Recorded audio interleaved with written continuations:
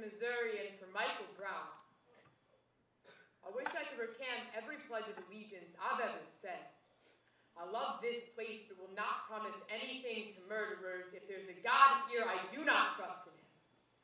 It wasn't an American who said, the people should not be afraid of their governments. Governments should be afraid of their people. But I think it's true here that when a government is afraid of its people, it tries to make its people afraid of its guns. I have never been threatened by a police officer. But I would never call one if my house got robbed for fear. They just find the nearest black body and use it as an excuse for another lynching. And I am a nonviolent activist. But I will never tell the people in Ferguson to stop rioting in the streets because I don't know what it feels like to have the color of my skin make me a target. The color of my skin makes other people targets, like how they're trying to clear out the brown neighborhoods in Brooklyn with police vans so that white hipsters will be more comfortable there. I live in a brown neighborhood in Brooklyn, and my skin makes property values skyrocket. This whole country was built on gentrification, but not everyone had a choice in coming here. The closest I ever get to what targeting must feel like is the anxiety I get in the backwoods of Virginia.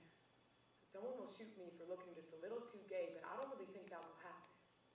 When Mark Carson was shot dead in the West Village, everyone conveniently lost his blackness and his homosexuality because the face of gay America has been painted white, even though our movement was started by Sylvia Rivera, her brownness and her high-heeled shoes. We used to riot too. I can't say I wouldn't have thrown fists at Stonewall. I can't say I'm not ashamed of hate crime laws that are supposed to protect me, but are just an excuse to put more brown souls behind bars. Some days I feel like there is nothing left for us to be proud of, and I will never say that this is not my battle. People getting gunned down in the streets of my country will always be my battle, but I will never say that I understand what black mothers' heartbreak feels like because they anesthetize us to it in grade school, and my whole body has been painted a white flag of surrender considered too sacred to put between their crosshairs. Michael Brown's body will never be mine. Michael Brown's body will never be mine, but still, this dissent is no longer legal.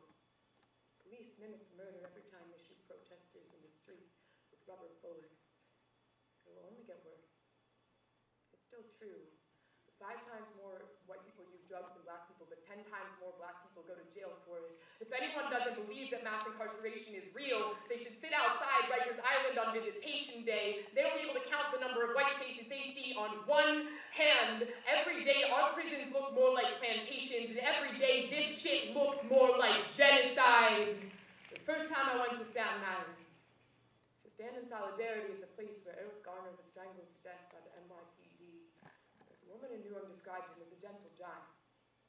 I could almost see his body on the sidewalk. Another good man, too black to be legal. The tears I cried when Michael Brown was shot were not just to assuage my white guilt, but because I lost yet another of my countrymen, and that is true for all of us. Rest in power, Michael Brown. Will not be forgotten. Rest in power, Michael Brown. I wish I could promise to